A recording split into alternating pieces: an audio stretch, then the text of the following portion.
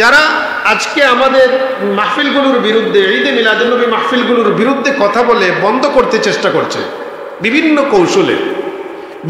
কৌশলে মানুষকে বোঝাতে হলে আপনি তাকে একটা দলিল দিতে হবে, তাকে বুঝ দিতে হবে। এই বুঝটা দিতে গিয়ে এরকম বলবেন। এখন আমরা আসার পরে আজকের মাহফিলে নামাজের আলোচনা করলাম। বলুন, আজকের মাহফিলে নামাজের আলোচনা করলাম, আপনারা কি আমাকে বাধা দিবেন? বলুন না। নামাজের আলোচনা করলে কি মিলাদুন্নবী হবে না? হবে। বলুন, হবে কি হবে না? হবে। আপনাকে এসে এক লোক এরকম বলতে পারে যে সবচাইতে তো বড় ইবাদত হলো নামাজ, তাহলে নামাজের আলোচনা না করে মুহাম্মদ সাল্লাল্লাহু আলাইহি ওয়াসাল্লামের আলোচনা, মিলাদুন্নবীর আলোচনা করার দরকার কি? আপনাকে বলতে পারে, আপনার কাছে যুক্তিটা চটকদার যুক্তি তো আপনার কাছেও লাগতে পারে যে হ্যাঁ সত্যিই তো নামাজের আলোচনা করলে আমরা ফায়দা। আচ্ছা, ইমাম সাহেব কি নামাজের আলোচনা করেন না? বলুন, করেন কি করেন না? আমরা যে মাহফিলগুলোতে যাই, আপনি এই যে বাইরে আছেন এখানে অনেকে আপনাদের পরিচিত, আমারও পরিচিত, অনেকে দেখেন তাদের চ্যানেলগুলো দেখেন, তাদের চ্যানেল ছাড়া আছে ওই যে কিছু বাইরে লাইভ করেন, ইউটিউবে আছে, ফেসবুকে আছে, বিভিন্ন বক্তব্য দেখেন আপনারা। আমার আলোচনা অধিকাংশ পাইবেন নামাজ সম্পর্কিত, পর্দা সম্পর্কিত। আমার আলোচনা পাইবেন আপনারা মানুষ কেমনে হেদায়েত পাবে, সমাজ কেমনে সঠিক হবে, সমাজের মানুষ কেমনে আল্লাহওয়ালা হবে, আমরা সেরকমই আলোচনা। কিন্তু আজকের মাহফিল হলো মিলাদুন্নবী, শুধু মিলাদুন্নবী নয়, ঈদে মিলাদুন্নবী। এই কয়েকদিন আগে আপনারা দেখেছেন ইসলামিক ফাউন্ডেশন থেকে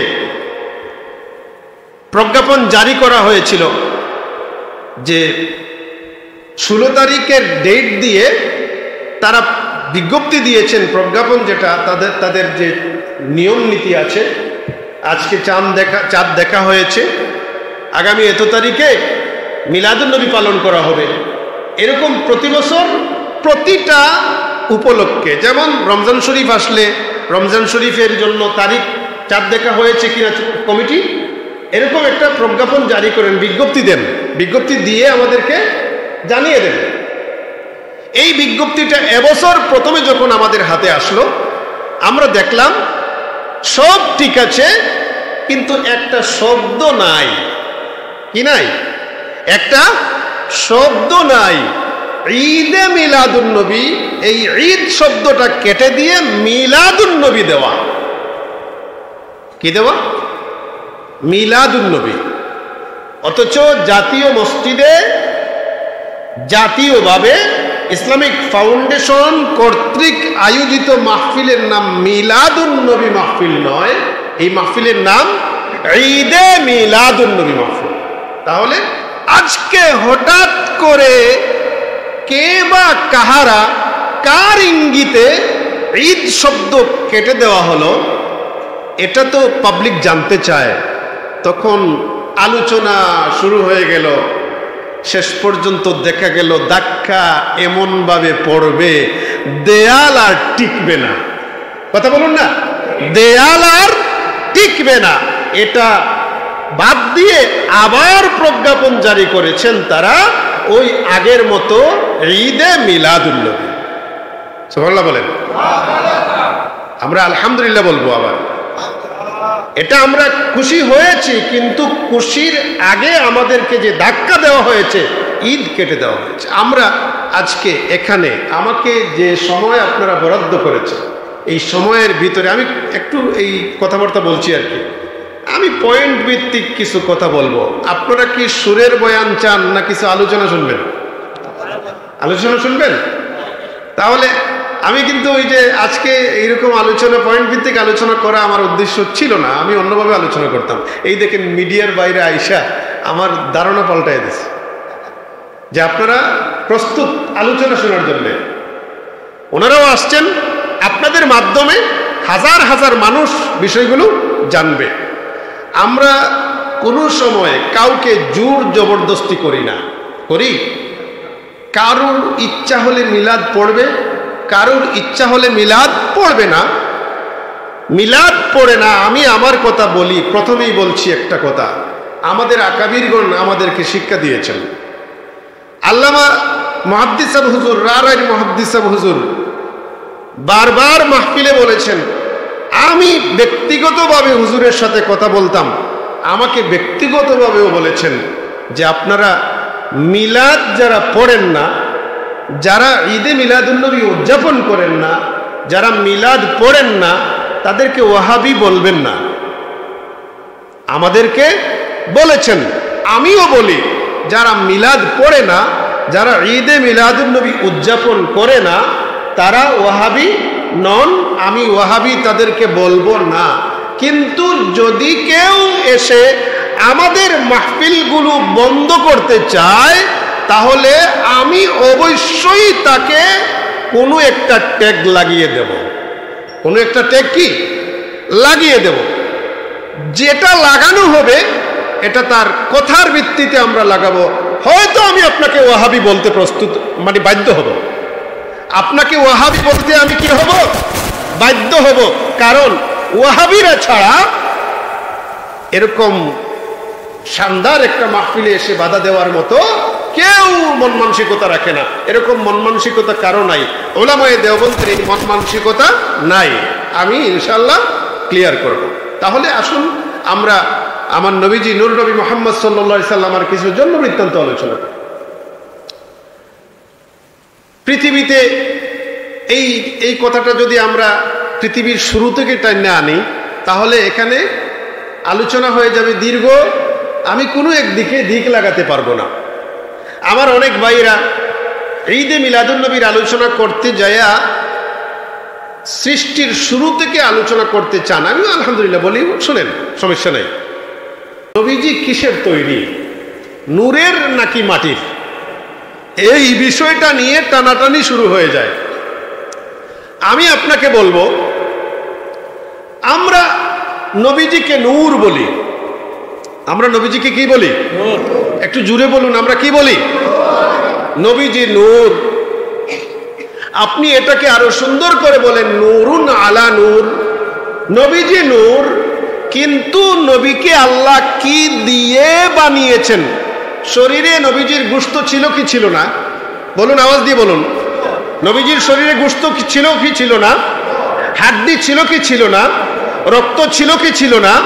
তিনি মানুষ ছিলেন কি ছিলেন না? আরেক দল, আমাদের একদল ভাইরা বলতেছেন নবীজিকে মানুষ বললেই কাফের হয়ে যাবে।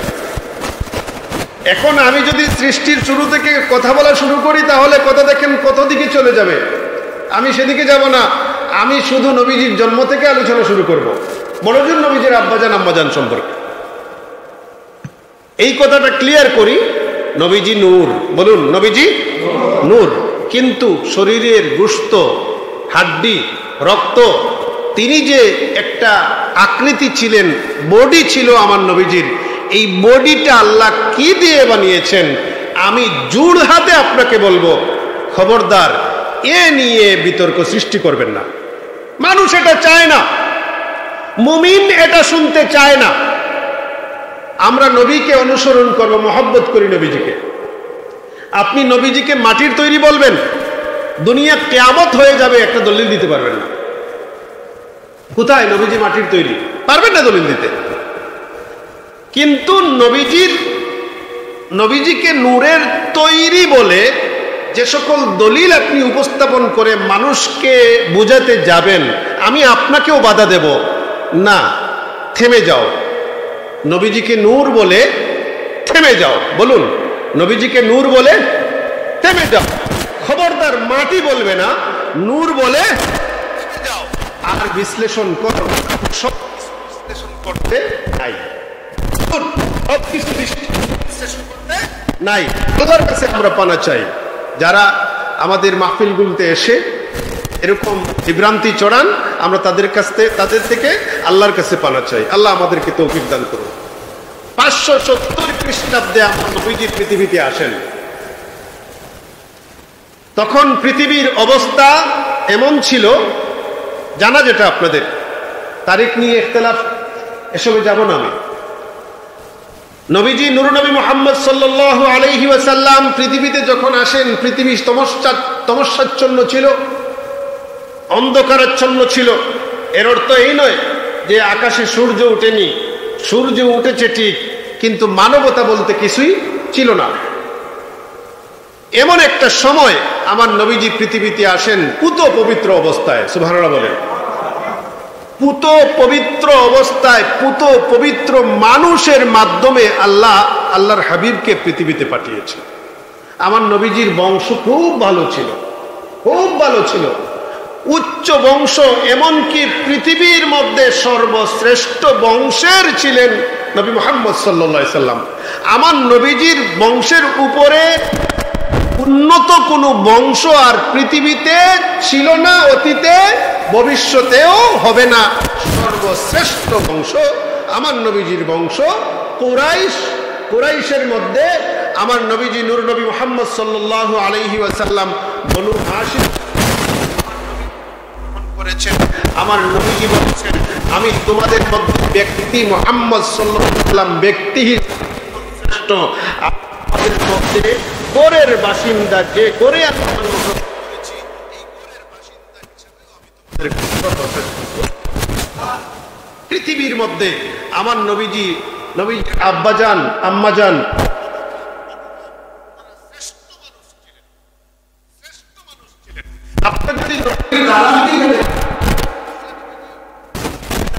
কাবার মুতাওয়াল্লি ছিলেন। আলহামদুলিল্লাহ, নবীজির দাদাজান কি কাবার মুতাওয়াল্লি ছিলেন। এমনকি যে জমজম কূপের পানি খান, এই জমজম কূপের আবিষ্কার কে করেছিলেন জানেন আপনারা? ইসমাইল জবিহুল্লাহ আলাইহিস সালাতু ওয়াস সালামের মাধ্যমে এই কূপের আবিষ্কার হয়েছে। পৃথিবীতে এই কূপ আল্লাহ দিয়েছেন এই ইসমাইল জবিহুল্লাহ আলাইহিস সালামের পায়ের আঘাতে কূপ হয়েছিল, পানি বের হয়েছিল। এটাকে ওনার মা হাজেরা আলাইহাস সালাতু ওয়াস সালাম থামিয়ে দিয়েছিলেন, চতুর্দিকে বাদ দিয়ে বলেছিলেন জমজম, থেমে যাও, থেমে যাও।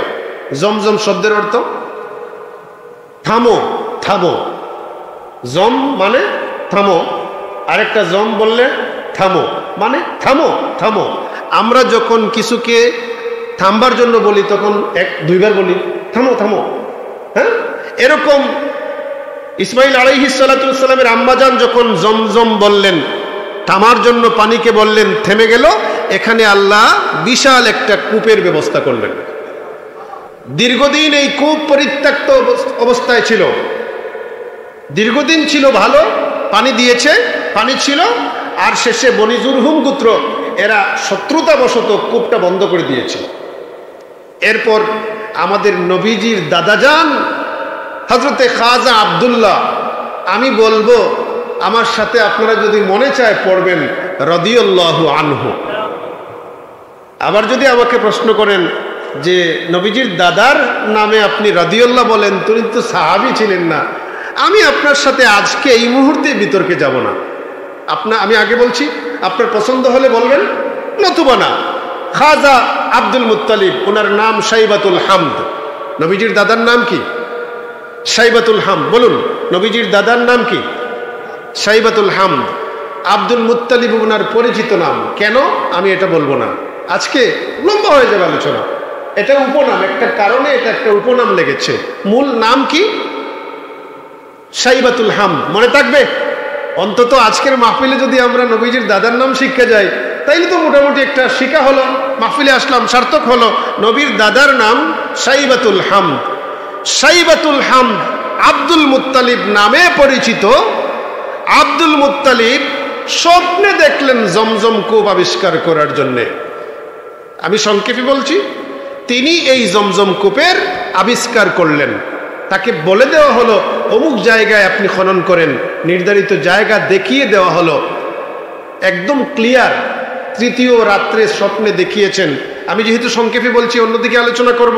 তৃতীয় রাত্রে জমজম কূপ যখন যিনি রাত্রে এসে স্বপ্নে বললেন, তখন বললেন উনি জমজম কূপ খনন করো, নির্ধারিত জায়গা বলে দিলেন যে কোথায়, যেখানে রক্ত এবং গোবর আছে। আগামীকাল এখানে কাক টুকরাবে, কাকটার পা সাদা। সুবহানাল্লাহ বলেন না, একদম ক্লিয়ার পরিচয় দিলেন। তিনি ঘুম থেকে উঠলেন, কোথায় রক্ত কোথায় গোবর, যে আসাফ এবং নায়লা মূর্তি যেখানে লোকেরা পশু কুরবানি করে। ওই সময় আমাদের কোরবানি যেটা এইরকম কোরবানি না, এরা বিভিন্ন পশু মান্যত করত, বা ওই ইসমাইল ইসলামের কোরবানিটা এরকম চালু ছিল, তারা তাদের মতো কোরবানি করত, এই জায়গায় কোরবানি করত। তখন গরুর রক্ত থাকতো আর গোবর থাকতো এখানে পড়ে, মানে গরু, উট, মহিষ যেটাই কোরবানি করত, যে জায়গায় পশু কোরবানি করা হয় এখানে রক্ত গোবর থাকারই কথা। তিনি এটা পেয়ে গেলেন, দেখলেন সেখানে একটা সাদা পা বিশিষ্ট কাক টুকরাচ্ছে মাটিতে, আর এই জায়গায় গিয়ে আব্দুল মুত্তালিব কূপ পেলেন, মানে খনন করলেন, এখানে কূপ পেলেন। সুবহানাল্লাহ বলেন। এই দেখেন আমাদের নবীজির দাদাজানের ওসিলায় আপনারা জমজম কূপ পেয়েছেন। এরা ঝগড়া লাগায় দিল, আমি কেরামতি বলছি, আমার নবীজির দাদাজানের কেরামতি বলছি। এরা ঝগড়া লাগায় দিল, কূপ তোমার একা হতে পারে না, আমরাও মালিক হব। তোমরাও মালিক হবা না, পানি খেতে পারো। আমি এটা পানি আমাকে বলে দেওয়া হয়েছে, আমি হাজিদের জন্য এটার পানির ব্যবস্থা করব, এখানে আপনারা পানি পান করতে পারেন, কিন্তু এই কূপের মালিকানা দেওয়া যাবে না। না, আমরা মালিক হব। কারা? সম্প্রদায়ের লোকেরা। ঝগড়া লাগলো, আসো আমরা বিচারকের কাছে যাই। বিচারক হলো জ্যোতিষী। বিচারকের কাছে যাবেন, এমত অবস্থায় রাস্তায় গিয়া পানির অভাব হয়ে গেল, মরুভূমি। খাজা আব্দুল মুত্তালিব রাদিয়াল্লাহু তাআলা আনহু রওনা দিয়েছেন লোকদেরকে নিয়ে, বিচারকের কাছে যাবেন, সেখানে গিয়ে বিচার করবেন। বিচারক যে রায় দিবেন সেই রায়ে বিচার হবে। কে মালিক হবে কূপের? এই কূপ সবার মালিক, সবাইকে এই কূপের মালিক নাকি শুধু আব্দুল মুত্তালিব? প্রতিমধ্যে প্রখর রৌদ্র, উত্তপ্ত বালুকা রাশি, সেখানে পানি শেষ হয়ে গেছে, অবস্থা বেগতিক। সবাই মিলে চিন্তা করলেন, এখন কি করা যায়? আমরা যাব বিচারের উদ্দেশ্যে বিচারকের কাছে, এখন তো দেখা যায় আমাদের জান যায়, কি করা যায়? সিদ্ধান্ত হলো সবাই সবার জন্য গর্ত করে রাখো, যে মারা যাবে সেখানে আমরা দাফন করব। অবশেষে হয়তো একজন মানুষ থেকে যেতে পারে দাফনের বাকি, এরকম সবাই গর্ত করে গর্তের পারে অপেক্ষা করতেছেন মৃত্যুর। খাজা আব্দুল মুত্তালিব রাদিয়াল্লাহু তাআলা আনহু, আমাদের নবীজির দাদাজান, তিনি বললেন, আমরা এখানে মৃত্যুর জন্য অপেক্ষা করছি, অথচ যদি আমরা চেষ্টা করি আর একটু আগাই, পানির তালাশ করি, হয়তো আল্লাহ আমাদেরকে ব্যবস্থা করে দিতে পারেন। সবাই চতুর্দিকে ছড়িয়ে ছিটিয়ে গেলেন, তিনিও উঠলেন, পানির সন্ধানে যাবেন। এমত অবস্থায় যেই মুহূর্তে তিনি উঠতে যাবেন, উনার উট যেটা আছে সেই উটের পা যেখানে রেখেছে সেখান থেকে পানি বের হয়ে গেল। তিনি আল্লাহু আকবার ধ্বনি দিয়ে উঠলেন, পানি পেয়ে গেছি, পানি পেয়ে গেছি। সবাই দৌড়ে আসলো, আয়েশা পানি পান করলো, যে মস্ক যেগুলো ছিল পানির পাত্র পরিপূর্ণ করলো। আর সবাই বলল, ও আব্দুল মুত্তালিব, এখানে তো আমাদের মৃত্যু নিশ্চিত ছিল, আমরা মরে যেতে পারতাম। এই মরুভূমির মধ্যে একদম উত্তপ্ত বালুকা রাশি, এখানে কোথাও পানি নাই, এখানে পানি পাওয়ার কথা নয়। আল্লাহ তোমাকে, নিশ্চয়ই আল্লাহ তোমাকে পানি দান করেছেন, যে আল্লাহ এখানে মরুভূমির মধ্যে তোমাকে পানি দান করেছেন, আমাদের জীবন ফিরিয়ে দিয়েছেন, নিশ্চয়ই আল্লাহই তোমাকে জমজম দিয়েছেন। সুতরাং জমজমের বাগ আমাদের না, জমজমের মালিক তুমি একাই হবে। জমজমের মালিক তুমি একা হবে। তাহলে দেখুন তো, আমার নবীজি যাদের মাধ্যমে পৃথিবীতে আসলেন তাদের অবস্থা কেমন? হ্যাঁ, ভালো লাগছে? হ্যাঁ, ওনাদের কারামতি আছে, মুজিজা আছে। মুজিজা তো নবীদের, কারামতি আছে, বুজুর্গি আছে কি নাই? অবশ্যই আছে। হ্যাঁ, আপনারা একটা তথ্য পেয়ে গেলেন, খাজা আব্দুল মুত্তালিব রাদিয়াল্লাহু তাআলা আনহু, আমাদের নবীজির দাদাজান, সাইবাতুল হাম। আরো শুনবেন, হস্তি বাহিনী আসলো, ইবনে হিসামে আছে। এরপর আল্লামা ইবনে কাসির রাহিমাহুল্লাহর যে লিখিত আল বিদায়া ওয়ান নিহায়া কিতাবে আছে, আপনারা এগুলো পেয়ে যাবেন, সব কিতাবেই আছে, এগুলো ইখতিলাফি কোনো বিষয় না। ওই বাদশার একটা হাতি ছিল, তার নাম মাহমুদ। তারে বহু ট্রেনিং দেওয়া হয়েছে, সব হাতি বাদশারে সেজদা করে, মাহমুদ সেজদা করে না। নবীজির দাদাজান আসছেন, হাতি ওনার হস্তি বাহিনী লোকেরা কি করেছে, উর্দুরে নিয়ে গেছে। আসছেন এখানে, আসার পরে লোকেরা বলছে কাবার মুতাওয়াল্লি আসছেন। বাদশাকে বলছে কি, কাবার মুতাওয়াল্লি আসছেন, কাবার মুতাওয়াল্লি আসছেন, আসতে দাও। কাছে গিয়েছেন, তাবুর পাশেই ছিল মাহমুদ। নবীজির দাদাজানকে দেখে দাঁড়ায় গেল, দাঁড়াইয়া নবীজির দাদাজানের কদমে সেজদা করে দিল। সুবহানাল্লাহ, নবীজির দাদাজানের কদমে সেজদা করে দিল। বাদশা তো দেখে রেগে আগুন, দেখো আমি কত ট্রেনিং দিলাম, কত কিছু করলাম, আমাকে সেজদা দিল না, আর আব্দুল মুত্তালিবের পায়ের সেজদা দিতেছে। এখানেই তো কি বোঝা যায় যে এই হাতির মধ্যে আল্লাহ একটা যোগ্যতা দিয়েছিলেন, ভালো মানুষ মন্দ মানুষ চিনার যোগ্যতা দিয়েছিলেন। এই যোগ্যতায় দেখেছে বাদশাহ নরাদম, আর যিনি এসেছেন তিনি সরওয়ারে কায়নাত সাল্লাল্লাহু আলাইহি সাল্লাম, আর পূর্ব পিতা দাদা নূরে মুহাম্মাদি কপালে ছিল, নূরে মুহাম্মাদির বরকতে তাকে সেজদা করেছে। সুবহানাল্লাহ। গিয়েছেন ঘরে, এই কথোপকথন বাদ দিলাম। তাহলে দেখেন আমার নবীজির দাদাজান মর্যাদাবান মানুষ ছিলেন কি ছিলেন না? সমাজের মধ্যে সর্বশ্রেষ্ঠ মানুষ ছিলেন। আরবে আমার নবীজির বংশের উপরে আর কোনো বংশই ছিল না। অথচ আমার নবীজি যখন দ্বীনের দাওয়াত দিলেন, এই কাফেরেরা আমার নবীজির বিরোধিতা করতে যায়া আমার নবীজিকে মন্দ শব্দ দিয়ে উপস্থাপন করে, বিভিন্ন মন্দ শব্দ। যেমন একটা হাদিস আমরা পেয়েছি, আমার নবীজি নূর নবী মুহাম্মদ সাল্লাল্লাহু আলাইহি ওয়াসাল্লাম আর চাচা যান হযরতে আব্বাস রাদিয়াল্লাহু তাআলা আনহু বলছেন, একদিন আমার নবীজির কাছে এসে বললেন, ইয়া রাসূলুল্লাহ সাল্লাল্লাহু আলাইহি ওয়াসাল্লাম, কুরাইশরা এক জায়গায় বসে আপনার সম্পর্কে খারাপ মন্তব্য করছে। কি খারাপ মন্তব্য করছে? আমার নবীজির কাছে এসে বললেন যে ইয়া রাসূলুল্লাহ সাল্লাল্লাহু আলাইহি ওয়াসাল্লাম, কুরাইশরা কি ইন্না কুরাইশান জালাসু ফাতাযাকারু আহসাবাহুম ওয়া আনসাবাহুম, তারা কি করছে, এক জায়গায় বসেছে, বসে তারা তাদের বংশের আলোচনা করছে, তারা খুব ভালো বংশের, আর আপনার সম্পর্কে বলতেছে ফাজআলু মাসালাকা মাসালান নাখলাতিন নাবাতাত ফি রাবওয়াতিন মিনাল আরদ, নাউযুবিল্লাহি মিন যালিক। আর তারা বলছে যে আপনার সম্পর্কে আলোচনা করতে যায় তারা বলতেছে যে আপনি নাকি এরকম যে একটা খেজুরের আটি, একটা খেজুরের বিচি যেটা ময়লায় পড়ে গাছ হয়ে গেছে। নাউযুবিল্লাহ বলেন, কথা বুঝাইতে পারছি? ময়লায় পড়ে গাছ হয়ে গেছে। আপনার কাছে অপরিচিত লাগছে কথা। আমরা যখন একটু এরকম একজনকে মন্দ শব্দ বললে বলি কিরকম বলি, যে গোবরে পদ্ম ফুল। কি বলি? গোবরে পদ্ম ফুল।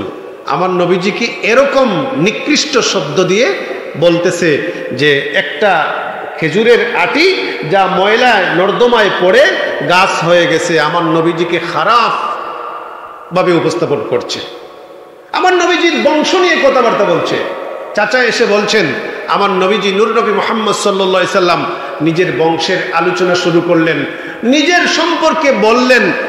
দুই তিনটা হাদিস আছে, দুই তিনটা কি অনেকগুলো হাদিস আছে এই ব্যাপারে, এই বিষয়ে বিভিন্ন ভাবে অনেকগুলো হাদিস আছে। এই যে হাদিস, এই হাদিসটা আমি বলছি দালাইলুন নবুওয়া আবু নুআইম আল আসবাহানী রাহিমাহুল্লাহর লিখিত কিতাবের মধ্যে 58 নম্বর পৃষ্ঠায় এসেছে। আমার নবীজি নূর নবী মুহাম্মদ সাল্লাল্লাহু আলাইহি ওয়াসাল্লাম এই কথা শুনে বড় রাগান্বিত হলেন। ফাগাদিবা রাসূলুল্লাহ সাল্লাল্লাহু আলাইহি ওয়াসাল্লাম, রাসূলুল্লাহ বড় রাগান্বিত হলেন। ওয়া ক্বালা ইন্নাল্লাহা আযজা ওয়া জাল্লা হিনা খালাকাল খালকা জাআলানি মিন খায়রি খালকিহি। আল্লাহ যখন নিশ্চয়ই আমার নবীজি রাগ করলেন, খুব রাগান্বিত হয়ে গেলেন। আমার নবীজি নূর নবী মুহাম্মদ সাল্লাল্লাহু আলাইহি ওয়াসাল্লাম বলেন, আল্লাহ যখন সৃষ্টি করবেন তখন সৃষ্টি করলেন, সৃষ্টি করে আমাকে খুব উন্নত, যেটা সর্বশ্রেষ্ঠ, সবার মধ্যে শ্রেষ্ঠ হিসাবে আমাকে সৃষ্টি করলেন। সুবহানাল্লাহ বলেন। সর্বশ্রেষ্ঠ হিসাবে আমাকে মনোনীত করলেন, সৃষ্টি করলেন। সুম্মা হিনা খালাকাল কাবাইল, এরপর যখন মানুষকে বিভিন্ন গোত্রে ভাগ করবেন, আল্লাহ যখন ইচ্ছা করলেন গোত্রে ভাগ করবেন, তখন আমার আল্লাহ ফাজআলানি মিন খায়রি কাবিলাতিহিম, এই কবিলাগুলোর মধ্যে আমাকে উত্তম কবিলা, উত্তম গোত্রের বাসিন্দা বানালেন। আমাকে উত্তম গোত্রের মধ্যে রাখলেন, উত্তম গোত্রের অন্তর্ভুক্ত করলেন। ওয়াহিনা খালাকাল আনফুসা জাআলানি মিন খায়রি আনফুসিহিম, আমাকে আল্লাহ পাক কি করলেন, ব্যক্তি হিসাবে সর্বশ্রেষ্ঠ বংশ যেটা আছে সেই বংশের মধ্যে রাখলেন, সর্বশ্রেষ্ঠ বংশের মাধ্যমে আমাকে পৃথিবীতে পাঠালেন। সুম্মা হিনা খালাকাল বুয়ুত, আল্লাহ যখন গড়ে গড়ে মানুষকে ভাগ করবেন, গড়গুলো মানে বিভিন্ন গড়ে বিভক্ত করবেন, জাআলানি মিন খায়রি বুয়ুতিহিম, আল্লাহ আমাকে উত্তম গড়ের বাসিন্দা বানালেন। ফাআনা খায়রুহুম আবান ওয়া খায়রুহুম নাফসা, সুতরাং আমি আমার বাবা দাদা পরদাদা, আমি যেমন ব্যক্তি হিসাবে তোমাদের মধ্যে শ্রেষ্ঠ, আমি যেমন ব্যক্তি হিসাবে তোমাদের মধ্যে শ্রেষ্ঠ, আমি তো মুহাম্মদ সাল্লাল্লাহু আলাইহি সাল্লাম, আমি তো সর্বশ্রেষ্ঠ, ঠিক তেমনি আমার বাবা দাদা পরদাদা, আমার মা নানি পরনানি, ওই উপরের থেকে মার মা, এরকম বংশ পরম্পরায় একটা একটা করে আমি সর্বশ্রেষ্ঠ পিতার সন্তান। সুবহানাল্লাহ, আমি সর্বশ্রেষ্ঠ পিতার সন্তান, মানে নবীজি জবাব দিয়ে দিলেন, আরো বিভিন্নভাবে জবাব দিয়েছেন। তাহলে আমার নবী নূর নবী মুহাম্মদ সাল্লাল্লাহু আলাইহি সাল্লাম সর্বশ্রেষ্ঠ বংশের মাধ্যমে পৃথিবীতে এসেছেন। আমার নবীজি নিজের সম্পর্কে যখন বলতেন, আমার নবীজি নূর নবী মুহাম্মদ সাল্লাল্লাহু আলাইহি সাল্লাম নিজের সম্পর্কে একদম একটা একটা করে বলে ক্লিয়ার করে মানুষদেরকে বুঝিয়ে দিয়েছেন, আমি পৃথিবীর মধ্যে শ্রেষ্ঠ। বলুন, এই কথা নবীজি বলেছেন। এই কথা কে বলেছেন? কত কিতাবে, বুখারী মুসলিম সহ সব কিতাবে এসেছে। নবীজি বলেছেন নবীজি শ্রেষ্ঠ সবার মধ্যে। কে? নবীজি নিজে বলেছেন তিনি সর্বশ্রেষ্ঠ। আল্লাহ বলে দিয়েছেন সর্বশ্রেষ্ঠ। আল্লাহ বলে দিয়েছেন সর্বশ্রেষ্ঠ বংশের অধিকারী। তাহলে বংশের মাধ্যমে পৃথিবীতে এসেছেন। তাহলে কি বোঝা যায়? আমি যদি বলি আমি শ্রেষ্ঠ, তাহলে আমার আর আমি থাকবো? কথা বলেন না, এটা জায়েজ নেই। কিন্তু আমার নবীজি বলেছেন, আল্লাহর নির্দেশ এটা, নবীজি যেন বলে দেন সর্বশ্রেষ্ঠ মানব মুহাম্মদ সাল্লাল্লাহু আলাইহি ওয়াসাল্লাম। এই সর্বশ্রেষ্ঠ মানবের আলোচনার জন্য যে মাহফিল সাজানো হয়, এই মাহফিলটাকে তিন ভাবে বলা হয়। কয়ভাবে? তিন ভাবে বলা হয়। মিলাদ, মাউলিদ, মাউলুদ।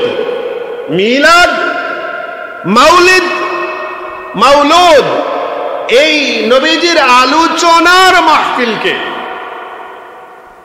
আপনি যদি এটাকে সিরাত মাহফিলও বলেন, তারপরেও এর থেকে বাহিরে যাবে না। আমি বলছি, আস্তে আস্তে বলছি আমি।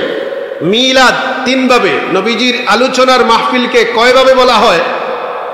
তিনটা শব্দে আমরা এই মাহফিলটাকে চিনব। মিলাদ প্রত্যেকটার আলাদা সংজ্ঞা, এজন্য বলছি। মিলাদ, মাউলিদ, মাউলুদ। মিলাদ জন্মের সময়, জন্মের সময় মানে জন্মের সময়ে যা ঘটেছিল, যে সকল ঘটনাবলী এসেছে কিতাবের মধ্যে, এই সকল বর্ণনা যেখানে দেওয়া হয়, এটার নাম মিলাদ। এরপর মিলাদ, মাউলিদ। এরপর এটা কি? মাউলিদ। মাউলিদ হলো জন্মের স্থান। বলুন, আমার নবীজির জন্মের স্থান যেটা, জন্মের স্থান কাবাগরের কতটুকু দূরে দেখছেন না? মিলাদের, আমার নবীজির জন্মের গড় যেটা, একটা লাইব্রেরি আছে না, একদম কাছে। বলুন, এটা হারাম শরীফ। এটা কি? হারাম শরীফ। বলুন, এটা কি? হারাম শরীফ। পৃথিবীর মধ্যে হারাম শরীফের উপরে কোন স্থান আছে মর্যাদার? কোন স্থান নেই। সর্বশ্রেষ্ঠ জায়গা হারাম শরীফ, সেখানে আমার নবীজির জন্ম হয়েছে। তাহলে এটারও আলোচনা আছে, কোরআনে আছে, হাদিস শরীফে আছে। মাউলিদ, এরপর হলো মাউলুদ। কয়টা পরিভাষা? তিনটার মধ্যে তৃতীয়টা হলো মাউলুদ। মাউলুদ মানে হলো যে সন্তান জন্মগ্রহণ করেছে, পৃথিবীতে এসেছেন, এই সন্তানের আলোচনা। আচ্ছা বলুন তো, আমরা যে মিলাদ মাহফিলে আলোচনা শুরু করেছি, এই উদ্দেশ্য কার উদ্দেশ্য? নবী মুহাম্মদ সাল্লাল্লাহু আলাইহি ওয়াসাল্লাম। বলুন না, কার উদ্দেশ্য? যার জন্মের আলোচনা করছি তিনি মুহাম্মদ সাল্লাল্লাহু আলাইহি ওয়াসাল্লাম। তাহলে কি বোঝা যায়? নবীজি নূর নবী মুহাম্মদ মুস্তাফা আহমদ মুজতাবা সাল্লাল্লাহু আলাইহি ওয়াসাল্লাম যে সময় পৃথিবীতে এসেছেন, যে জায়গায় জন্মগ্রহণ করেছেন, এবং নবীজি মুহাম্মদ সাল্লাল্লাহু আলাইহি ওয়াসাল্লাম আর জীবন বৃত্তান্ত, জন্মের সময়কার ঘটনাবলী, জীবন বৃত্তান্ত, এবং বাবা মা বাবা, দাদা দাদি, এরকম বংশের আলোচনার মাহফিলের নাম মিলাদুন নবী মাহফিল। এই বংশের আলোচনা, জন্মের আলোচনা, স্থান যেখানে জন্ম নিয়েছেন, যে সময় যে জন্ম নিয়েছেন, জন্মের সময় সংঘটিত ঘটনাবলী, এগুলোর নাম একত্রিত রূপ হলো মিলাদ মাহফিল, মিলাদ শরীফ। তাহলে বলুন, এখানে নবীজির জন্মের সময়, যখন জন্মগ্রহণ করেছেন, এই সময় আলোচনা, এই সময়ের আলোচনা, এই সময়ের আলোচনা। এখানে আপনি কোনো মন্দ দিক আছে? এই সময়ের আলোচনা করার কোনো মন্দ দিক আছে? আমি দলিলে যাচ্ছি না, দলিল দিব অন্যদিকে। এখানে আমি দেখি না যে আপনি বলতে পারবেন যে এই সময়ের আলোচনা করবো না। আল্লাহ বলেছেন। এরপর দ্বিতীয়ত, আমার নবীজির নূর নবী মুহাম্মদ সাল্লাল্লাহু আলাইহি ওয়াসাল্লামের জন্মের স্থানের আলোচনা, এরপর আমার নবীজি নূর নবী মুহাম্মদ সাল্লাল্লাহু আলাইহি ওয়াসাল্লামের নিজের আলোচনা। এগুলো এর চাইতে ভালো কাজ আর পৃথিবীতে হতে পারে না। যেমন ধরেন, আমার সাথে একটা কিতাব আমি এনেছি। আমি আজকে তেমন কিছু আনি নেই, সাথে একটা কিতাব এনেছি, কারণ ওই সাথে ব্যাগ রাখতে বেশি আনলে তো বহনেরও একটা বিষয় আছে, আর আমি একা এসেছি আজকে। হ্যাঁ, তাহলে আপনাকে এখান থেকে আমি দেখাই যে তিনি কি বলেছেন। দেওবন্দি একজন আলেম ফতোয়ার কিতাব লিখেছেন, দেওবন্দি একজন আলেম ফতোয়ার কিতাব লিখেছেন, আহসানুল ফতোয়া। কি লিখেছেন? আহসানুল ফতোয়া। এখানে তিনি এই মিলাদ, প্রচলিত মিলাদের আলোচনা করতে গিয়ে তিনি প্রথমেই বলেছেন, নবী করিম सल्लल्लाहु अलैहि वसल्लम की सीरत वो हालत पर मुसलमान को मतला करना इस्लाम का अहम तरीन फर्ज है। নবীজি सल्लल्लाहु अलैहि वसल्लम আর সিরত ও হালত, নবীজির জীবনী এবং নবীজির অবস্থা, হ্যাঁ, এগুলো জানানো। নবী নূর নবী মুহাম্মদ সাল্লাল্লাহু আলাইহি ওয়াসাল্লামের হালত। এখন নবীজির হালত যেটা আছে, নবীজি ছোট যখন ছিলেন যত কারামতি প্রকাশ পেয়েছে, নবীজির জন্মের সময়কালে যে সকল ঘটনাবলী ঘটেছে, এগুলো এই বিষয়ে আলোচনা তিনি করতে যেয়ে বলেছেন, এগুলো হলো এক জরুরি একটা ফরজ বিষয়। এই বিষয়টা কি খুব জরুরি এবং এটা ফরজ। কি বলেছেন? নবীজির আলোচনা, মিলাদের আলোচনা, জন্মের আলোচনা, নবীজির হালত আলোচনা করা, সিরত আলোচনা করা, সুরত আলোচনা করা, এগুলা কি আহামতরিন একটি ফরজ। এরপরে যে হাদিস, ওই যে নবীজির জন্মের সময়কার ঘটনা বলতে যায়া যে হাদিসটা এসেছে, হ্যাঁ, এই হাদিসে এই যে আবুল আহাবের ঘটনা এখানে তিনি উল্লেখ করেছেন। আমি পরবর্তীতে এখান থেকে আবার বলবো। তাহলে আমরা এই যে মাহফিলে বসেছি, এই মাহফিলটা অতি উত্তম একটা মাহফিল, পৃথিবীর মধ্যে শ্রেষ্ঠ একটা মাহফিল, আলহামদুলিল্লাহ বলি। এখন আমি বলবো আপনাদেরকে, আমরা যে এই মাহফিলের সাথে, নবীজির আলোচনার মাহফিল, নবীজির সম্পর্কে আলোচনা করার মাহফিলের সাথে আমরা ঈদ যুক্ত করলাম। বছরে ঈদ তো দুইটা, বছরে ঈদ কয়টা? দুইটা। এখন আমরা যদি এটাকে ঈদে মিলাদুন নবী বললা আরেকটা ঈদ বলি, তাহলে ঈদ কি বেড়ে গেল না? কথা বলেন না, ঈদ কি বেড়ে গেল না? ঈদ বেড়ে গেল। এখন আমাদেরকে আমাদের ভাইরা বলবেন যে দেখুন বছরে ঈদ দুইটা, এখন আমাদেরকে মেনশন করে বলবেন যে এরা বলে ঈদে মিলাদুন নবী আরেকটা। তাহলে ঈদ হইল কয়টা? 3টা। এখানে ওনাদের বড়ই আপত্তি। আমাদের লেটেস্ট মৌলবী যে ভার্সনের মৌলবী যারা আছে, আমাদের লেটেস্ট ভার্সনের বর্তমান আমাদের সময়কার আমাদের জুনিয়ররা, অনেক জুনিয়র তারা, এরা বিভিন্নভাবে খুঁটিনাটি খুঁজে বের করে আবার যখন তারা একত্রিত হয় এক জায়গায় বসে বৈশাখ কয় আসলে তো এরা ঠিকই করতেছে। এগুলোর ভিডিও আমাদের কাছে আছে। আসলে তো এরা ঠিকই করতেছে, নবীজির আলোচনা করতেছে, মাহফিল তো খারাপ না, এগুলো তো জরুরি, এগুলো ফুটেজ আমাদের কাছে আছে। তো এরা বিভিন্ন ভাবে আমাদেরকে আক্রমণ করতে চায়। এখন বলুন, বছরে ঈদ আপনাদের এলাকায় কয়টা? 2টাই বলেন, অসুবিধা নাই। আপনাদের এলাকায় বছরে ঈদ কয়টা? 2টা। এখন যদি ঈদে মিলাদুন্নবী আরেকটা বলি তাহলে ঈদ অতিরিক্ত হয়ে যায়। বলুন, বছরে ঈদ 2টা, এখানেই শেষ, আর কোনো ঈদ আছে না নাই? বলুন, আছে না নাই? জুমার দিনকে আপনারা ঈদ বলেন কি বলেন না? জুমার দিনকে যদি আপনারা ঈদ বলেন তাহলে জুমার দিন বছরে কি একটা? কতটা? 52টা। আলহামদুলিল্লাহ, এই যে মুরব্বী বসছেন, এই যে কথাটা বলতে পারলেন, 52 সাথে আরেকটা লাগাই দিবেন, 52 অথবা 53, সপ্তাহে বেশ কম হতে পারে। এখন যদি বছরে 52 বা 53 দিন জুমার দিন হয় তাহলে দেখুন বছরে ঈদ আর 2টা থাকে না। বলুন না, বছরে আর 2টা ঈদ থাকে না। কারণ বছরে যখন আমরা ঈদের হিসাব করব তখন বছরের এই 2টা ঈদের সাথে আরো ঈদ এসে যায়, ইয়াউমুল জুমআ ঈদের দিন, ইয়াউমুল জুমআ ঈদের দিন। এটা একটা না, আরো হাদিস আছে, সহিহ হাদিস শরীফ থেকে প্রমাণিত, বিভিন্ন কিতাবে এসেছে। আন আবি লুবাবা ইবনে আব্দুল মুনজির, আমি এক হাদিস দিয়ে বোঝাতে চেষ্টা করব, অন্য হাদিস আছে, কম করে বলতে হবে, কথা আরো বিভিন্ন পয়েন্ট আছে। عن أبي لبابة بن عبد المنذر قال قال النبي صلى الله عليه وسلم إن يوم الجمعة سيد الأيام وأعظمها عند الله وهو أعظم عند الله من يوم الأضحى ويوم الفطر। প্রথম কথা হলো এই দিন ঈদের দিন। আমি যে হাদিসটা বলছি এটা হলো পরে, ওই আগের হাদিসটা বলতে হবে, জুমার দিন ঈদের দিন। আন উবাইদ ইবনে সাব্বাক আন ইবনে আব্বাস قال قال رسول الله صلى الله عليه وسلم إن هذا يوم عيد جعله الله للمسلمين فمن جاء إلى الجمعة فليغتسل وإن كان طيب فليمس منه وعليكم بالسواك। আমার নবীজি জুমার দিন বয়ান দিচ্ছেন, বয়ানে আমার নবীজি বললেন, নিশ্চয়ই এই দিন জুমার দিন ঈদের দিন, আল্লাহ মুসলমানদের জন্য এই দিনটাকে ঈদের দিন বানায়া দিয়েছেন।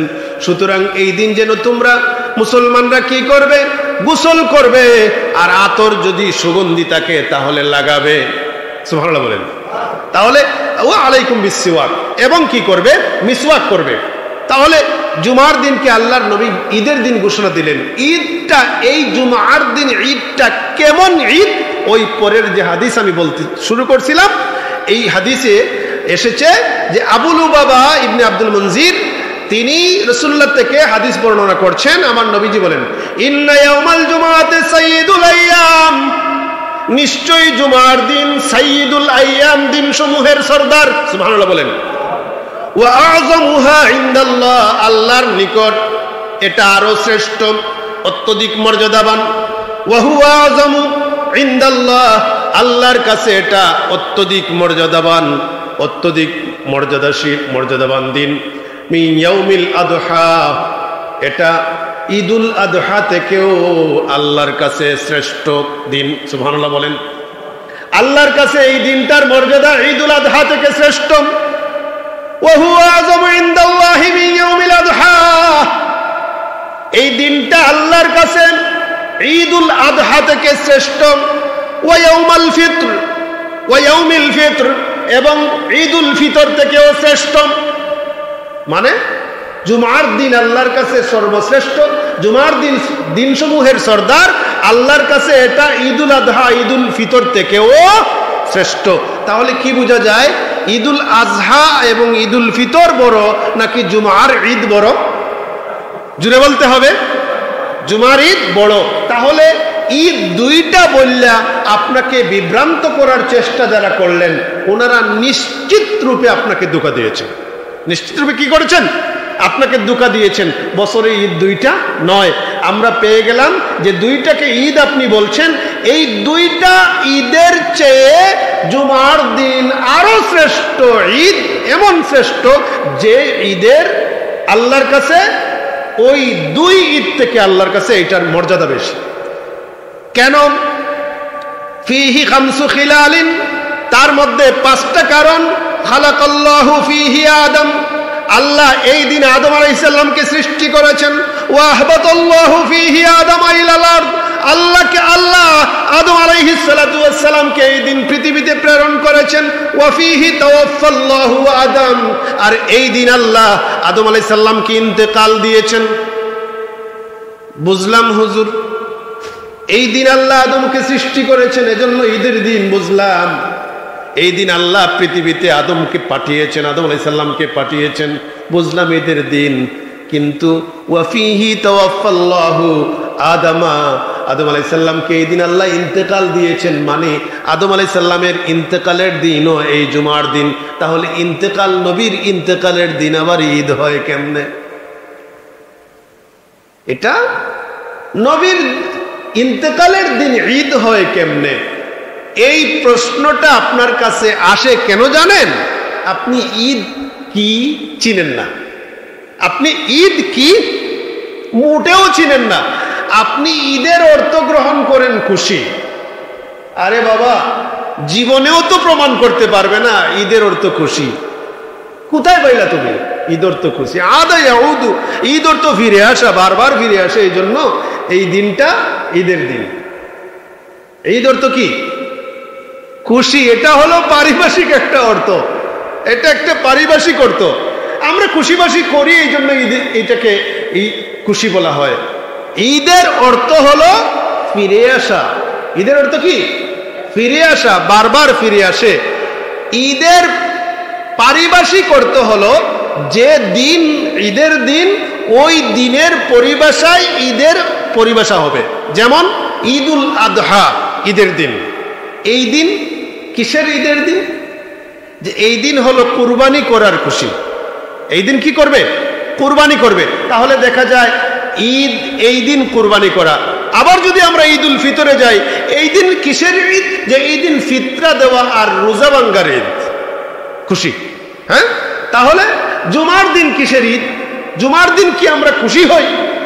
জুমার দিন তো আমরা জুমায় আসি, মসজিদে এসে জুমার নামাজ আদায় করি, তাহলে এই দিনও খুশি না। এই দিন কি আল্লাহর বিধান, মসজিদে যাব, জুমার নামাজ আদায় করব, খতিবের সামনে বসবো, খতিব খুতবা দিবেন, এইটাই ঈদ। তাহলে এক এক ঈদের এক এক পরিভাষা। বলবেন আরো সোজা করে বলেন হুজুর। ঠিক আছে, আরো সোজা করে বলবো, খাওয়া দাওয়ারও ঈদ আছে। সুবহানাল্লাহ কন্যা, খাওয়া দাওয়ারও কি ঈদ আছে? একটু তাকুক, আমি হাদিসটা পূর্ণ করি। ওয়াফিহি তাওয়াফাল্লাহু আদম আলাইহিস সালাম, এই দিন আল্লাহ আদম আলাইহিস সালামকে ইন্তেকাল দিয়েছেন, উনি ইন্তেকাল করেছেন। এই দিনও ঈদের দিন। তো এই দিন ঈদের দিন। কি ঈদের দিন? যে আদম আলাইহিস সালামের ইন্তেকালের দিন। আমরা যেন এটাকে স্মরণ করি যে আমাদের আদি পিতা তিনিও ইন্তেকাল করেছেন, আমাকেও ইন্তেকাল করতে হবে। আমরা যেন মৃত্যুকে স্মরণ করি। এই যে একটা কারণে জুমার দিন ঈদ, তাহলে জুমার দিন ঈদের দিন আমরা জুমার দিন বেশি বেশি কি করব? মৃত্যুকে স্মরণ করব। আদম আলাইহিস সালাম পৃথিবীতে এসেছেন, হ্যাঁ, এই জন্য তো আমরা তো আর আবার আসমানে গিয়া পৃথিবীতে আসতে পারবো না। পারবো? আমরা কি পারবো? পারবো না।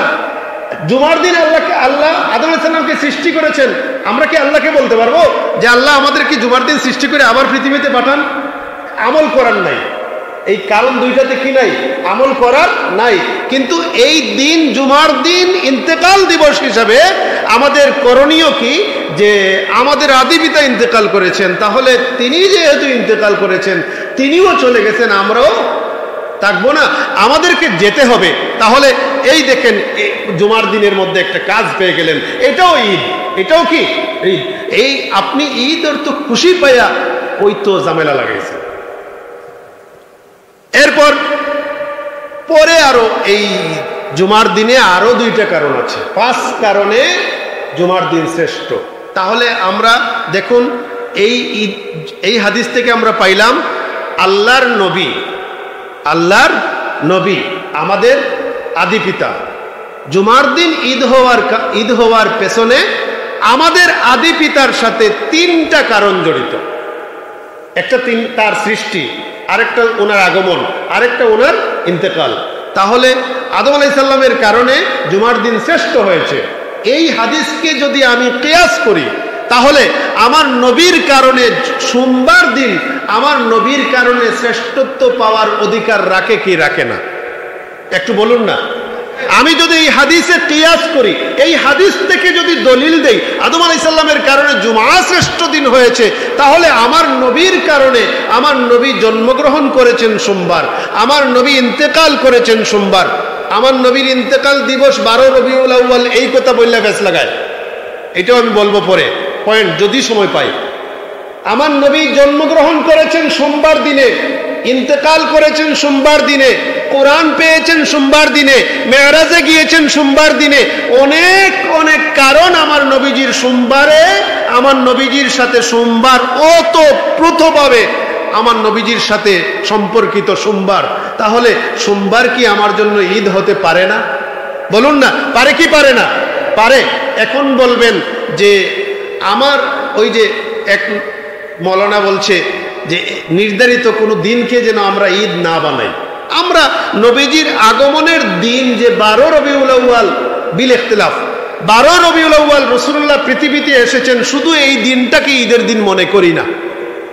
এই দিনটাকে আমরা ঈদের দিন মনে করি না, বরং নবীজি পৃথিবীতে এসেছেন, নবীজি পৃথিবীতে আসার কারণে আমরা খুশি।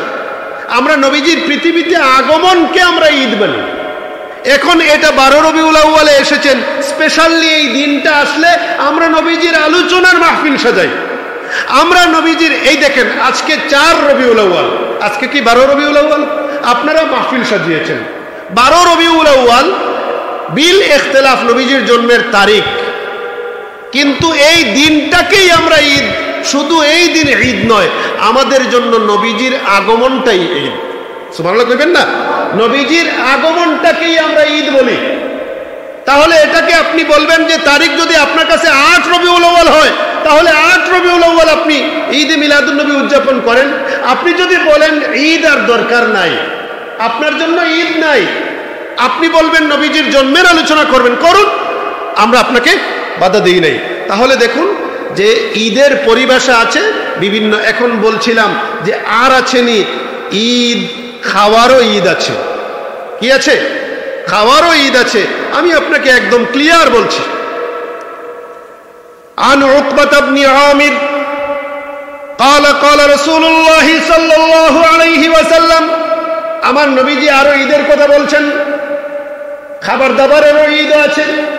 আমার নবীজি বলতেছেন ইয়াউমু আরাফাতা ওয়া ইয়াউমুন নাহরি ওয়া আইয়ামুত তাশরিকি ঈদুনা আহলাল ইসলাম ওয়া হিয়া আইয়ামু আকলিন ওয়া শুরবিন।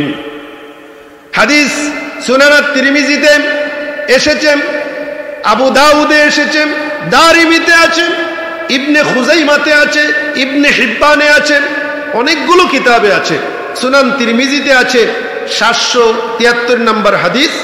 হ্যাঁ, আরো অনেক কিতাবের মধ্যে এই হাদিসটা এসেছে। হাদিসটা সহিহ। কি যে আমার নবীজি বলতেছেন ইয়াউমু আরাফা, আরাফার দিন ঈদের দিন।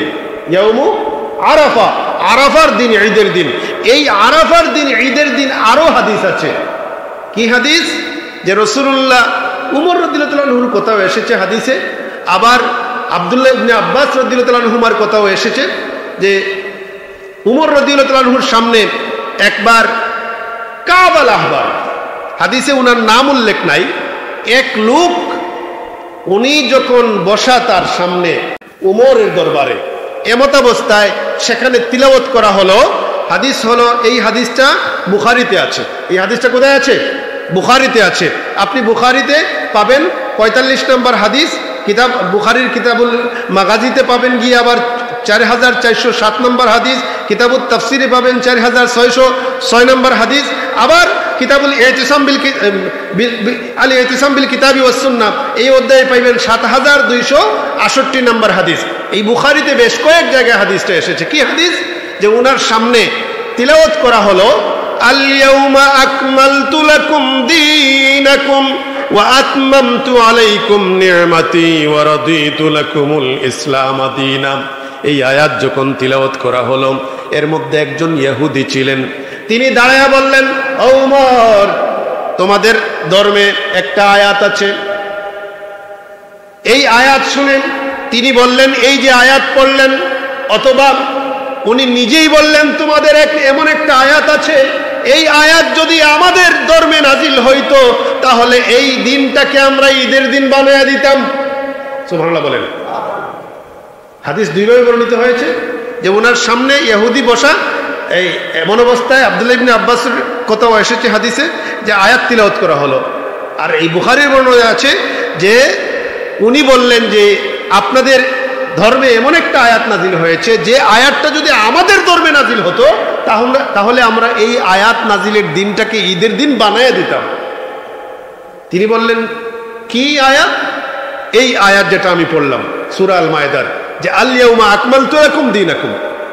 উমর রাদিয়াল্লাহু তাআলা আনহু বললেন যে নির্ধারিত নাম যেটা আমরা পেয়েছি তাফসীরের কিতাবে, যে কাব আল আহবার। ও কাব আল আহবার, বলছিলাম যে এই আয়াত যখন তিলাওয়াত করা হলো, এই আয়াত তিলাওয়াত শুনে, অথবা নিজে বললেন, তোমাদের একটা আয়াত এমন আয়াত আছে, যে আয়াত যদি আমাদের ধর্মে নাজিল হতো তাহলে আমরা এই আয়াত নাজিলের দিনকে আমরা ঈদের দিন বানায় দিতাম।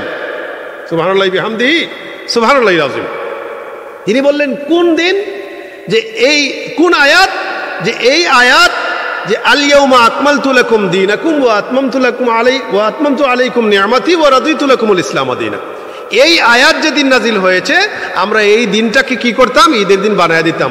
তখন হযরত উমর রাদিয়াল্লাহু তাআলা আনহু বললেন, এই যে দিন আয়াত নাজিল হয়েছে, এই আয়াত নাজিল হওয়ার দিন ছিল ইয়াউমে আরাফা, এই আয়াত নাজিল হওয়ার দিন ছিল জুমার দিন।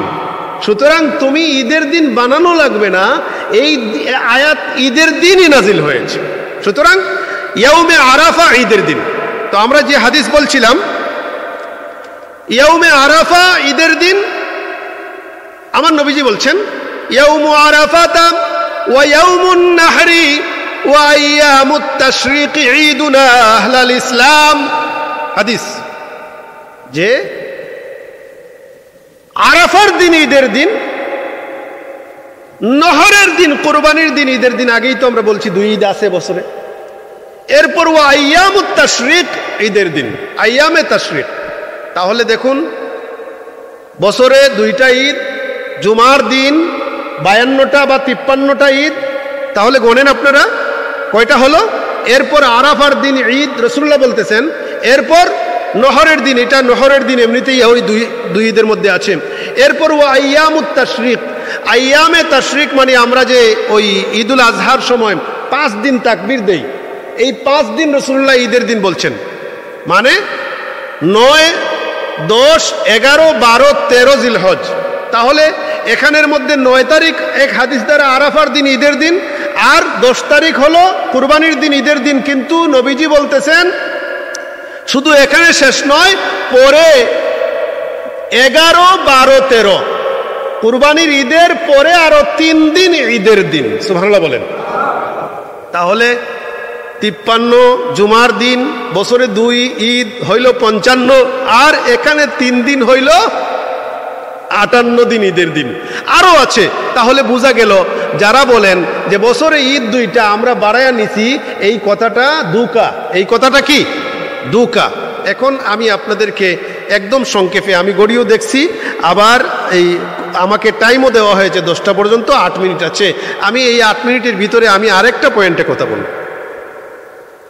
আমি যে আপনাদের সামনে উপস্থাপন করছি বিষয়টা, প্রথমে আমি আপনাদেরকে আমার নবীজির জন্মের কিছু কথা শোনানোর চেষ্টা করেছি। এরপরে আমাদের আলোচনা ছিল যে আল্লাহর হাবিবের জন্মদিন, এটা আমরা পালন করি ঈদ। এই ঈদের পরিভাষা শুধুমাত্র খুশি নয়, ঈদ অর্থ শুধুমাত্র খুশি নয়, ঈদ বারবার আসে। তাহলে নবীজির মিলাদুন নবীর ঈদটা আমরা কেমনে পালন করব? যে নবীজির মিলাদুন নবী, যে ঈদে মিলাদুন নবী, এখানের পরিভাষা হলো, এই ঈদের পরিভাষা হলো নবীর আলোচনা করব। আমরা কি করব? নবীর আলোচনা করব। নবীর জন্ম, ওই যে পরিভাষা দিয়ে মিলাদ, মাউলিদ, মাউলুদ, নবীজির জন্মের সময়, জন্মের স্থান এবং নবীজির আলোচনা করে আমরা মিলাদুন নবী করি। এই ঈদের পরিভাষা হলো নবীর আলোচনা। তাহলে আপনারা এই কাজটাই করছেন। আপনারা কি এই কাজটাই করছেন? এখন আমরা যে প্রচলিতভাবে মিলাদুন নবী বা আমরা মিলাদ শরীফ পড়ি, আপনারা মসজিদে পড়েন তো?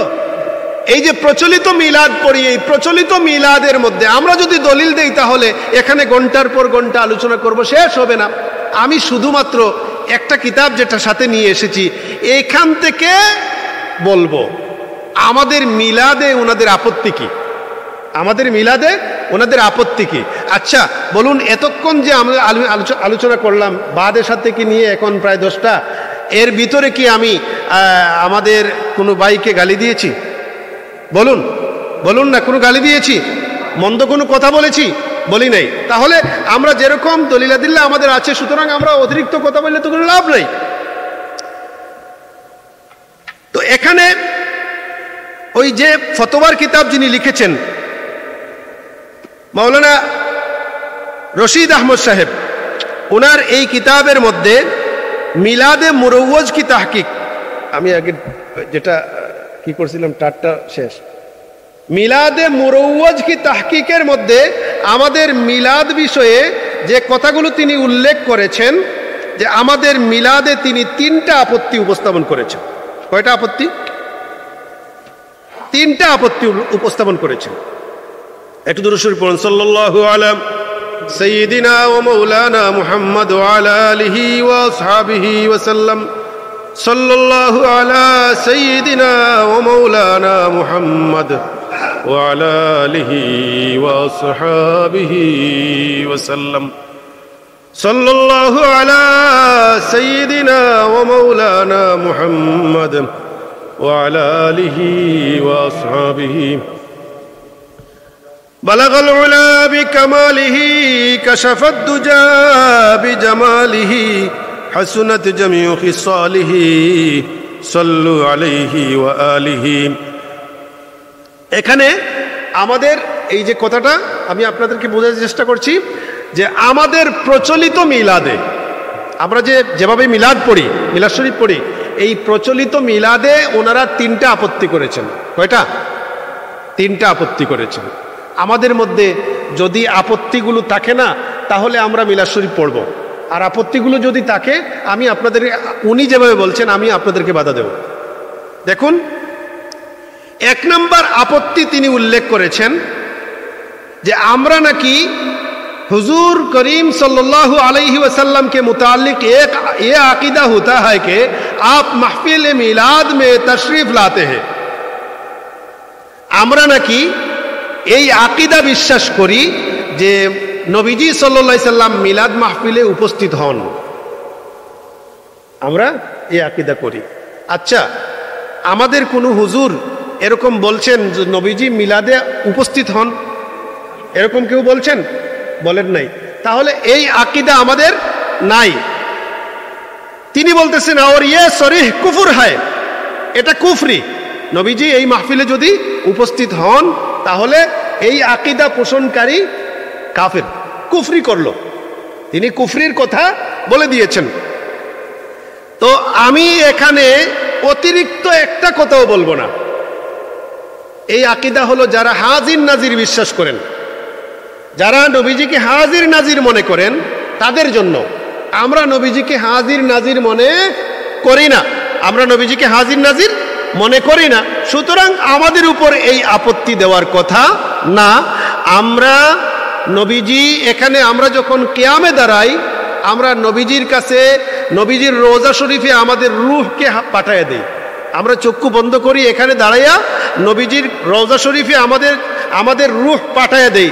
আমরা মনে করি আমরা নবীজির রোজা চক্ষু বন্ধ করলে নবীজির রোজা দেখা যায় কি যায় না? ধ্যান করলে দেখা যায় তো? যায় না?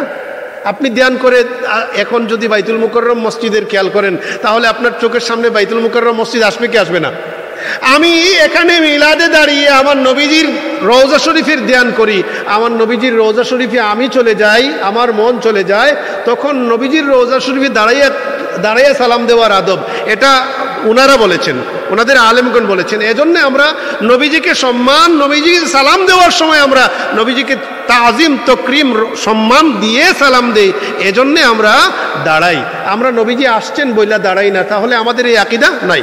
2 नंबर, महफिल मिलाद में शिरनी वगैरह तकसीम करने की ज़रूरी समझा जाता है। উনি 2 নম্বর যে অভিযোগ দিয়েছেন, আমরা সিন্নিরে বাধ্যতামূলক করে নিয়েছি। আচ্ছা, সিন্নি ছাড়া মিলাদ কি নাই? যদি সিন্নি ছাড়া হয় জায়েজ হবে, সিন্নি সহ হলে জায়েজ হবে না। তাহলে যত ওয়াজ মাহফিল আছে সব মাহফিলগুলো ক্যান্সেল। বলুন না, সব মাহফিলগুলো কি ক্যান্সেল? মানে আর কোনো মাহফিল করতে পারবেন না, কারণ হাজার হাজার মাহফিল হয়, আমাদের হয় এবং বিভিন্ন দলের হয়, সব মাহফিলেই খাবার আছে। কথা বলেন না, সব মাহফিলে কি খাবার আছে। কেউ কিন্তু বাধ্যতামূলক করে না, মেহমান আসছেন, মেহমানদেরকে মেহমানদারি করা সুন্নত, এই হিসাবে করি।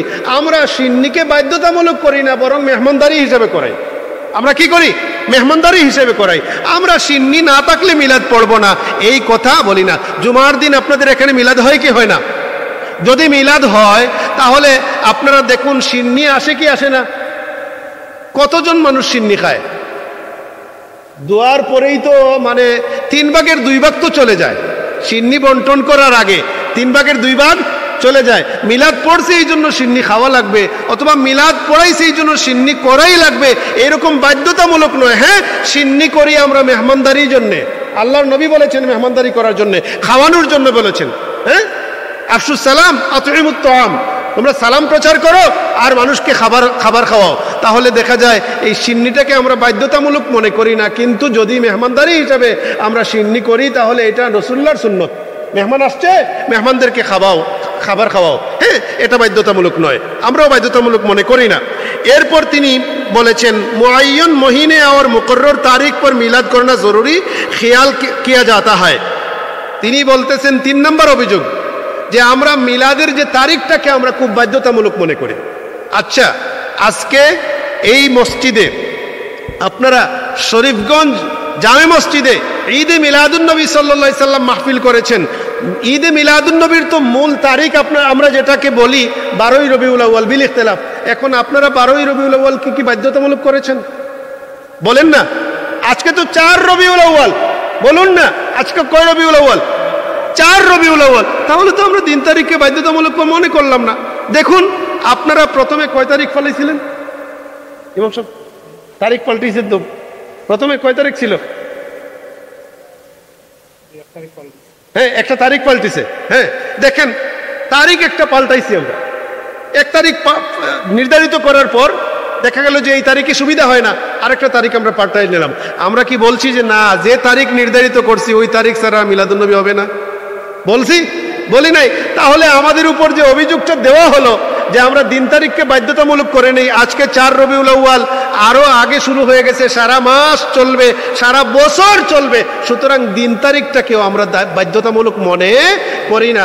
আহসানুল ফতোয়া প্রথম জিলদের 348 নম্বর পৃষ্ঠায় যে 3টা অভিযোগ দেওয়া হয়েছে প্রচলিত মিলাদের বিরুদ্ধে, আমাদের উপর এই 3টা অভিযোগের একটা অভিযোগও নাই। সুতরাং আমরা মিলাদ শরীফ পড়তে পারি। আমি আপনাদের সামনে একদম এই বিভিন্ন পয়েন্টে যে কথাগুলো বলার চেষ্টা করছি, প্রত্যেকটায় দলিল দেওয়ার চেষ্টা করছি যে আমরা যাতে আমাদের মাহফিলগুলো চালু থাকে। এই যে বাচ্চা যারা আছে, আমরা নবীজির মাহফিল যদি বন্ধ করে দেই, আজকে শরীফগঞ্জ মাহফিল হচ্ছে কয় বছর? 7 বছর। 7 বছর ধরে হচ্ছে। এখন যদি আমরা সামনের বছর না করি, বন্ধ করে দেই, পরবর্তী জেনারেশন যে আসবে, পরবর্তী প্রজন্ম যে আসবে, এরা নবীজির মাহফিল সম্পর্কে জানবে। আমি দালিলিক আলোচনা করছি, আরও হয়তো জন্মবৃত্তান্তের আলোচনা হয়েছে, আমি তো আর একা আলোচনা করছি না। হ্যাঁ, আর আমি যেখানেই যাই কিছু এই মাহফিলের দালিলিক আলোচনা মানুষকে বোঝানোর চেষ্টা করি। প্রতি বছরই দৌড়াইতে হয়, আর প্রতি বছরই আমি এইরকম দলিল দিয়ে আলোচনা করি। আমরা যে দলিল দিচ্ছি, আমরা এখানে বেদাতের গন্ধ পাই না, আমাদের এখানে কোনো বেদাতের গন্ধ নাই। আপনি যদি বলেন বেদাত নবীজির জামানায় ছিল না, নবীজির জামানায় ছিল কি ছিল না, ভাইস প্রিন্সিপাল হুজুর আইবা, উনি দলিল সহকারে বলবেন। আমি রেখে দিয়েছি ওনার জন্য কিছু আলোচনা, তো আরো কত আলোচনা রয়ে গেছে, উনি আলোচনা করবেন নবীজির জামানায় ছিল কি ছিল না। আমরা অনেক বলতে পারবো, কিন্তু আমি যে কথাটা বলতে চেষ্টা করছি এই কথাটা হলো, নবীর জামানায় যা ছিল না এগুলো যদি বিদআত হয়, তাহলে আপনাদের এলাকায় খতমে ইউনুস পড়া হয় কি হয় না? একটু জুড়ে বলবেন। নবীজি কি খতমে ইউনুস পড়েছেন? পড়তে বলেছেন? আবিষ্কার করেছেন? কোন সাহাবী, তাবি, তবে তাবি কেউই খতমে ইউনুস পড়েন নাই। এখন কৌমির মেসাবেও খতমে ইউনুস পড়েন, আর আমরা যারা আছি ফুলতলি বা শশিনা, আমরাও কিতা করি, হ্যাঁ খতমে ইউনুস পড়ি। এরপর আরো যারা আছেন সবাই খতম পড়েন, পড়িয়া টাকা নেন। কুরআন শরীফের খতম আমরা যেভাবে পড়ি 10 জন 5 জন বইয়া, এটাও তো নবীর জামানায় এরকম পড়া হতো না। বুখারী শরীফ লেখাই হয় নাই নবীর জামানায়। কি বুখারী শরীফ লেখাই হয় নাই? বুখারী শরীফের খতম, বুখারী শরীফের খতম বের হয়ে গেছে 1 লক্ষ টাকা লাগে, 1.5 লক্ষ টাকা লাগে, 2 লাখ টাকা লাগে। যদি মানুষের সেরকম কি হয়, বিশাল আয়োজন। এগুলো তো নবীর জামানায় ছিল না, কোন সাহাবীর জামানায় ছিল না, তাবির জামানায় ছিল না। তাহলে এখানে কি বেদাতের গন্ধ নাই? এই যে ওয়াজ মাহফিলগুলো হয় জায়গায় জায়গায় প্যান্ডেল করিয়া, এগুলো কি নবীর জামানায় ছিল? তাহলে বিদআত ফিদ্দিন, বিদআত লিদ্দিন, এগুলোকে আপনি যদি একত্রিত করে ফেলেন তাহলে আপনি বড় বিভ্রান্তির মধ্যে পড়ে যাবেন, আমাদেরকেও বিভ্রান্তির মধ্যে ফেলে দিবেন। আমরা বিদআত না, এগুলো বিদআত নয়, এগুলো সুন্নত। এগুলো কি সুন্নত। তবে আমরা বাধ্যতামূলক কোনো কিছুকেই বাধ্যতামূলক করি না। মিলাদের মধ্যে কিয়াম করাকেও আমরা বাধ্যতামূলক মনে করি না, ঐচ্ছিক। হ্যাঁ, তবে মিলাদ যেহেতু পড়বেন, মিলাদ যেহেতু পড়বেন,